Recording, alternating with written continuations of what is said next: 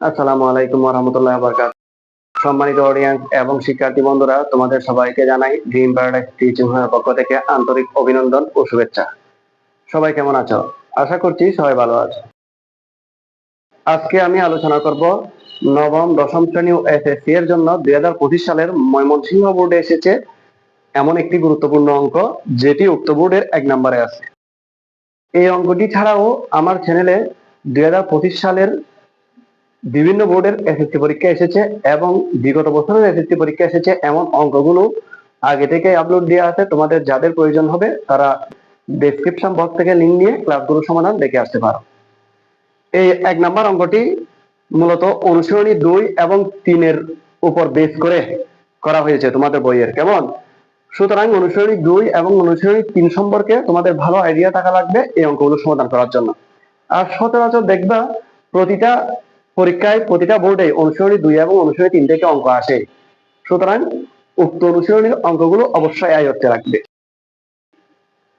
a equal x y, x belongs to a, y belongs to a এবং 2x minus y equal to 1, যেখানে এর মান দেয়া আছে, পির মান দেয়া আছে। উৎপাদকে বিশ্লেষণ করো। রাশিটা আমি এখানে লিখলাম, ধরি m minus 1 equal a, আবার এখানে m plus 1 আছে, m plus 1 equal b। এই অঙ্কটা এভাবে সমাধান করলে সুবিধা। তাহলে এই উপরের রাশি এবং নিচের রাশিটা গুণ করি, অর্থাৎ এখানে m minus 1 এর জায়গায়, সরি এখানে যেহেতু a আছে a ব্যবহার করা যাবে না, তাহলে মনে করো এটাকে x ধরলাম আর b এর জায়গায় y ধরলাম। m minus 1 যেখানে আছে সেখানে x বসাইতে হবে, m plus 1 যেখানে আছে সেখানে y বসাইতে হবে। এটা যদি আমি গুণ করি তাহলে a plus b into a minus b, অর্থাৎ a square minus b square equal to এদিকেও গুণ করতে হবে xy, 1 এর উপর স্কয়ার দিলেও যা, না দিলেও তা। সুতরাং m square equal xy plus 1, এটা হলো m স্কয়ার মান, অর্থাৎ xy প্লাস 1 এটা। তাহলে আমি যেহেতু এখানে m minus 1 এর আলাদা মান ধরেছি, m plus 1 এর মান y ধরেছি, নিশ্চয় ধারাটা পাল্টে যাবে। তাহলে সেই ক্ষেত্রে প্রদত্ত ধারাটি m minus 1 মানে a স্কয়ার x, অর্থাৎ m minus 1 কে x ধরলাম, এটা a স্কয়ার x হয়, প্লাস m স্কয়ার মান হলো xy প্লাস 1, a বি আসলে পাশে a বিটা বসালাম, প্লাস m প্লাস 1 এর জায়গায় y বসাবো, b square y, a b দিয়ে xy কে গুণ a b xy, a b দিয়ে 1 কে গুণ a b K a b plus b square y। এখন এই দুইটা প্রত্যেকে কমন নিব, কমন নিলে x কমন যায়, a প্লাস by প্লাস এই দুটা দিয়ে b কমন যায়, কমন নিলে তাও a প্লাস by বসে।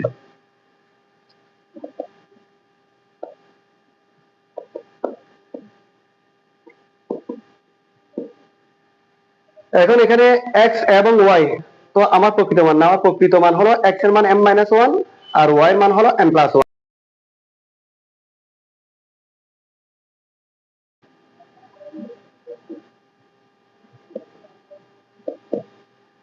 এখানে সেকেন্ড ব্র্যাকেট দিলাম, x এর মান m minus 1 প্লাস b, তোমরা নিচে লিখবে, আমি পাশে করে লিখতেছি, ইকুয়াল a প্লাস b দিয়ে m কে গুণ করলে bm, b দিয়ে 1 কে গুণ করলে b,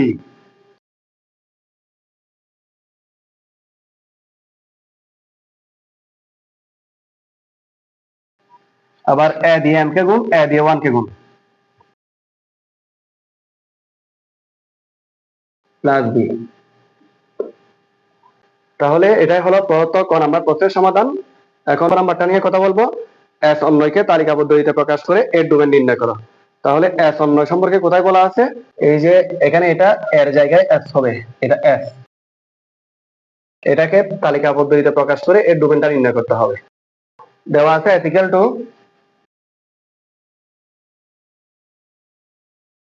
এখানে f এর যে সেট গঠন পদ্ধতি দিয়ে আছে, অনলাইনের যে সেট গঠন পদ্ধতি দিয়ে আছে সেটা আমি লিখলাম। আবার এখানে যেহেতু x হলো এর উপাদান, y হলো এর উপাদান, এই যে সেটটিকে তালিকাবদ্ধ হইতে প্রকাশ করতে হবে আগে। a equal to x belongs to z, যার উপাদান সমূহ -2 এর চেয়ে বড় হবে বা সমান হবে এবং 2 এর চেয়ে ছোট হবে বা সমান হবে। z মানে হলো পূর্ণ সংখ্যা। সুতরাং a equal to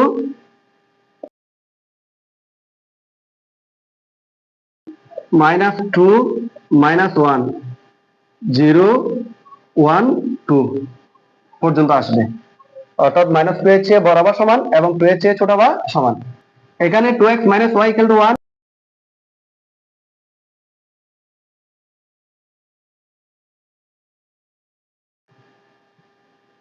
বা -y equal to 1 - 2x,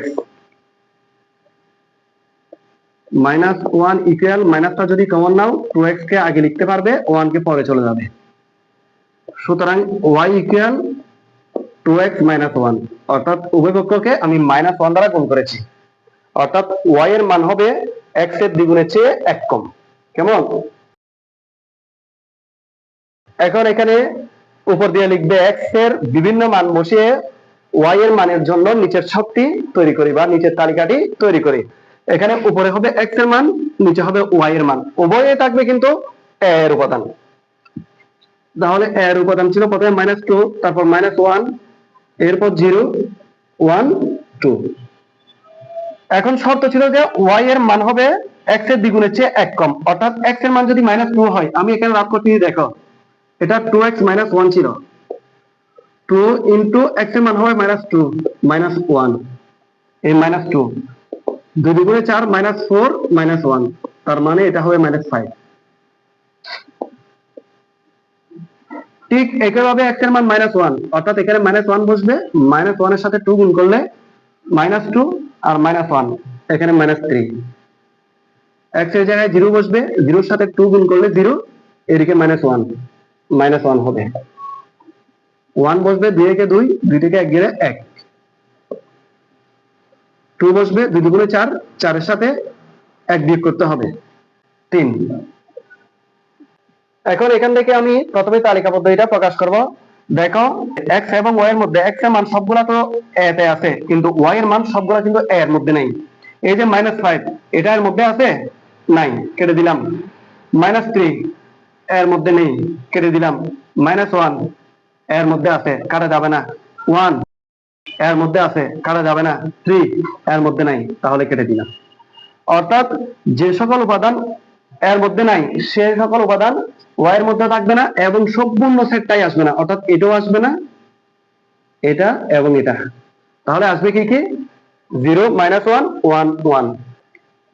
যেহেতু -5 -3 3 -3 3 নট বিলংস টু a, অর্থাৎ ওরা এর উপাদান নয়, সেহেতু বা সুতরাং -2 -5 -1 -3 2 3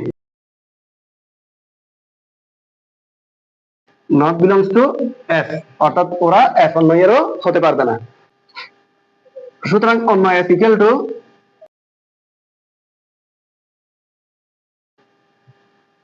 এই 0 আর -1 আসবে, 1 1 আসবে।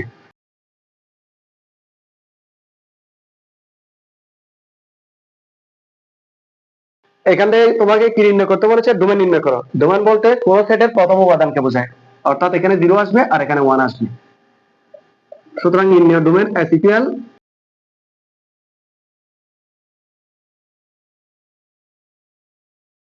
0 আর 1। এটাই হলো খ নাম্বার প্রশ্নের সমাধান।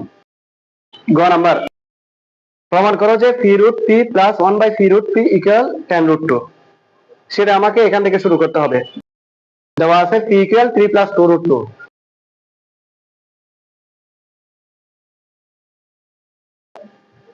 এটাকে যদি ভাঙা হয় 2 প্লাস 1, এখানে একটা প্লাস দিলাম, আচ্ছা, এখানে যদি উপরে রুট ইউজ করি তাহলে স্কয়ার ইউজ করি, সমস্যা আছে? নাই, স্কয়ার বর্গমূল কাটা আর থাকে 2। ঠিক একইভাবে 1 এর উপরে যদি স্কয়ার ইউজ করার সমস্যা নাই, 1 স্কয়ার হলো 1, মধ্যে 2 এ বসবে, 2 এ হলো √2 আর বি হলো 1। এই যে দেখো 2 এ বি, তাহলে এটা কি সূত্র দাঁড়ালো? a plus B whole square.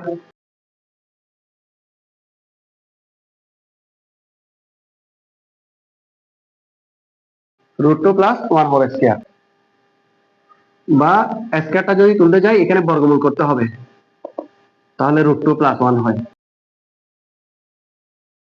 √3 মান পেয়েছি, √2 প্লাস 1, এখানে √3 মান দরকার আছে। আবার আমি যদি আমার এখানে ব্যস্তকরণ করি, অর্থাৎ উপরে 1 নিচে √3, ব্যস্তকরণ উপর দিয়ে করতে হয়, 1 নিচে হলো √2 প্লাস 1।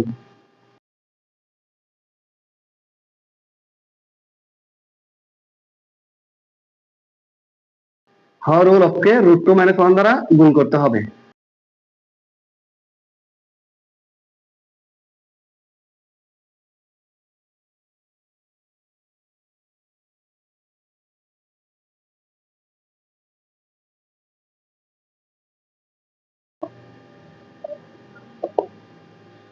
এটা a square minus b square সূত্র, তাহলে √2 স্কয়ার মাইনাস 1 স্কয়ার, আর এদিকে √2 মাইনাস 1, কেমন? স্কয়ার বর্গমূল কাটা, তাহলে থাকে 2, 1 স্কয়ারে 1, দুই থেকে 1 গেলে 1, অর্থাৎ নিচের 1 আর বসাইতে হবে না, তাহলে √2 মাইনাস 1।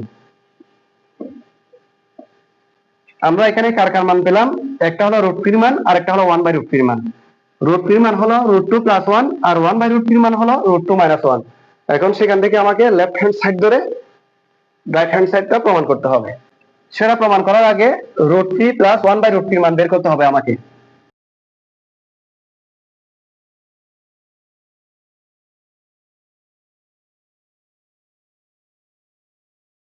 √3 মান √2 প্লাস 1 প্লাস 1/√3 মান হলো √2 মাইনাস 1, প্লাস 1 মাইনাস 1 কাটা, √2 যোগ করলে 2√2 হবে। √2 স্কয়ার হবে না, গুণ করলে স্কয়ার হয়, যোগ করলে 2√2 হয়।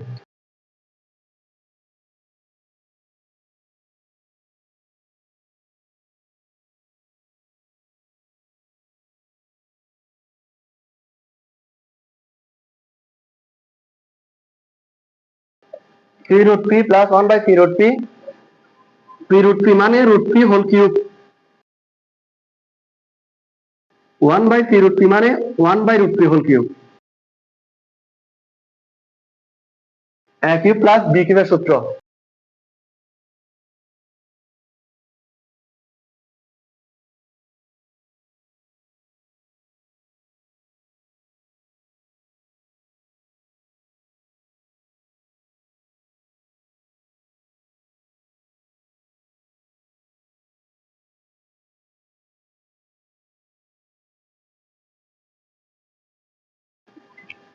a plus b whole cube minus 3ab into a plus b, মান বসাও। এটার মান হলো 2√2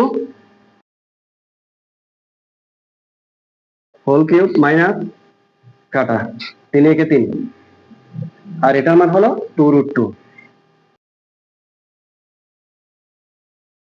এটা হোল কিউব মানে 2 কিউবে হয় 8, আর √2 হোল কিউব মানে হলো 2√2, তাহলে ইন্টু 2√2 এখানে বসালাম, মাইনাস 3 দুগুণে 6, 6√2, আর দুগুণে 16, 16√2 থেকে 6√2 যদি বাদ দিই তাহলে তাকে 10√2, আর 10√2 এই যে এখানে ডান পক্ষে আছে, সমান রাইট হ্যান্ড সাইড। এখন লিখে দিতে পারো, অতএব left hand side equal to right hand side. এটাই হলো তোমাদের ময়মনসিংহ বোর্ডের গ নাম্বার প্রশ্নের সমাধান এবং সম্পূর্ণ 1 নাম্বার প্রশ্নের সমাধান। আশা করছি তোমরা ক্লাসটা দেখে আয়ত্ত করতে পেরেছো। এতক্ষণ সময় দিয়ে ক্লাসটা দেখার জন্য সবাইকে ধন্যবাদ। ভালো থাকবেন, সুস্থ থাকবেন, আল্লাহ হাফেজ।